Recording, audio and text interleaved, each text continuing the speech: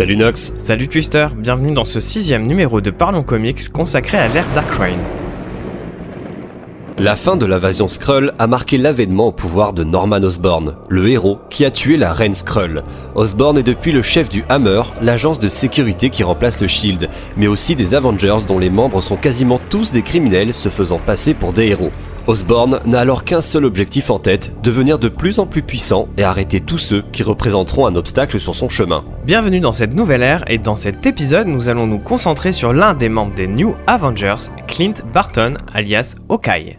Comme vous avez dû sûrement voir dans l'épisode 4 concentré sur les New Avengers, l'équipe est en fuite face à un Norman Osborn qui les traque à l'aide de son équipe des Dark Avengers et l'aide de Hood et ses criminels. Au début de l'histoire, Clint Barton, anciennement Hawkeye, rebaptisé Ronin à cette période, va dénoncer Norman Osborn auprès des médias et va également révéler auprès du public qui se cache derrière les costumes de la nouvelle équipe d'Avengers, rassemblée par Osborn. Il tente de faire confiance aux gens et aux médias, mais des mois s'écoulent et Norman Osborn reste toujours au pouvoir. Osborn contrôle clairement son image auprès des médias. Pour Clint, c'en est trop. Il a qu'une idée en tête, tuer ce psychopathe avant qu'il n'engendre plus de dégâts ou de morts. On l'a vu avec le Punisher, il voulait tuer également Osborn et ça s'est mal terminé pour lui.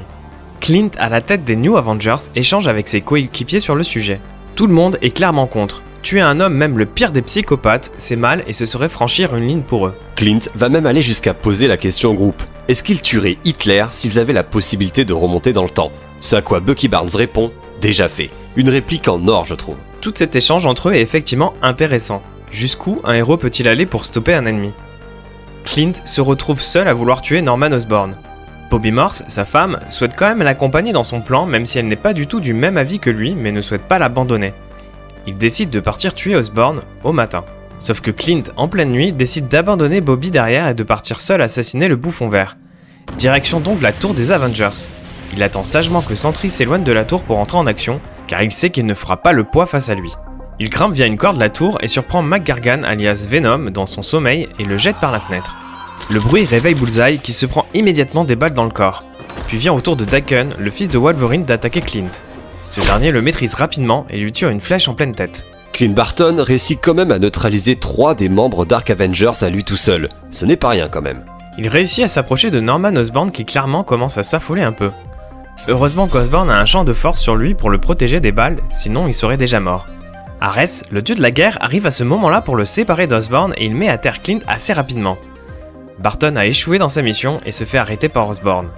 Le jour se lève et Bobby se réveille seul dans son lit avec un mot à ses côtés laissé par Clint. Affolée, Miss Marvel et Spider-Woman arrivent vers elle et saisissent que Clint est parti tuer Osborn. Miss Marvel vole en direction de la tour des Avengers et comprend, avec tout le trafic autour de la tour, que cela a du mal tourner pour Clint.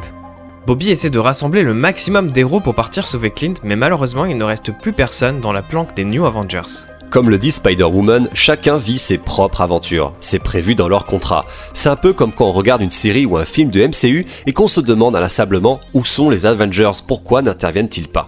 Seule Jessica Jones est restée dans la planque. Elle décide de laisser sa fille Danielle à sa mère pour aller sauver Clint avec les filles.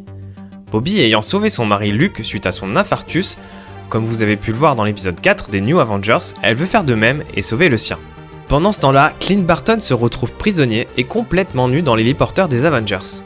Face à lui, Norman Osborn et son équipe d'Avengers. Norman va aller l'interroger dans le but de savoir où se trouvent les New Avengers. Barton forcément ne dira rien et Osborn va commencer à le torturer en utilisant Venom. Il arrive à se débattre face à lui mais Sentry le met KO avec un simple coup de poing. Il va par la suite se réveiller tout seul dans une pièce avec un arc et des flèches près de lui. Et cette fois-ci, ils ont quand même eu la gentillesse de lui mettre un caleçon. Clint se relève et fait exploser une porte avec une des flèches. Il se retrouve plongé dans le passé ou plutôt dans un souvenir. On est au moment où la sorcière rouge a disjoncté et fait venir les cris pour envahir la Terre. C'est un moment assez marquant pour lui car c'est le jour où il est mort. Hawkeye s'est sacrifié pour sauver la Terre et ses amis ce jour-là. De retour dans l'héliporteur, on comprend que Norman est en train de torturer l'esprit de Clint pour trouver l'information qu'il souhaite. Et pour cela, le mutant Mentalo lui fait revivre tous les cauchemars de sa vie pour l'affaiblir mentalement. Ok, alors premièrement, c'est quoi ce nom de mutant sérieux? Et puis deuxièmement, Clint se retrouve encore nu. Je pense qu'ils sont en rupture de caleçon au Hammer, ou peut-être qu'ils en ont peur, je sais pas. Peut-être que Norman Osborn apprécie cette vision de Clint Barton, qui sait. En tout cas, Hawkeye revit tous ses drames et ses échecs. Il finit par craquer et le mutant Mentalo ou Mentalo réussit à trouver la réponse à la question d'Osborn et visualise la planque. Les Dark Avengers n'ont pas une minute à perdre et se dirigent vers Brooklyn. Ils détruisent une partie du bâtiment et passent à l'attaque. Sauf que la planque est vide. Tout le monde a quitté les lieux, se doutant bien qu'Osborn finirait par faire parler Barton. Pendant ce temps-là, Bobby et ses coéquipières sont dans l'héliporteur du Hammer et profitent de l'absence des Dark Avengers pour libérer Clint. Norman Osborn, frustré, n'a pas réussi à mettre la main sur les New Avengers et a aussi perdu Hawkeye comme prisonnier. On retrouve tous nos héros réunis dans une nouvelle planque. Clint s'excuse auprès de ses collègues de les avoir mis en danger et avoue que son plan était stupide. C'est vrai qu'il aurait pu finir en morceaux comme le Punisher, il a eu de la chance. Beaucoup de chance. Un autre héros va rejoindre la réunion à la grande surprise de tout le monde. C'est Steve Rogers, alias Captain America, mort à la suite de Civil War, qui revient dans la partie. Et cette fois-ci, pas besoin de trop attendre pour savoir comment la légende vivante a refait surface après 2 ans d'absence, puisque ça va être le sujet de notre prochaine vidéo.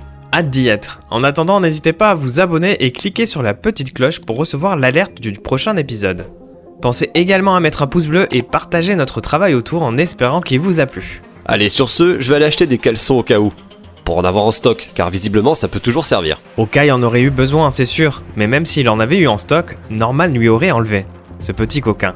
C'est vrai que dans le premier épisode, Norman Osborn s'était baladé à poil lors d'un combat, et maintenant que tu le dis, dans le 4ème, il a maté l'opération de Luke Cage nu sur la table d'opération. Hâte de vivre les 3 derniers épisodes pour mener l'enquête et voir si Norman renouvelle ça. Ou pas. Allez, à très vite.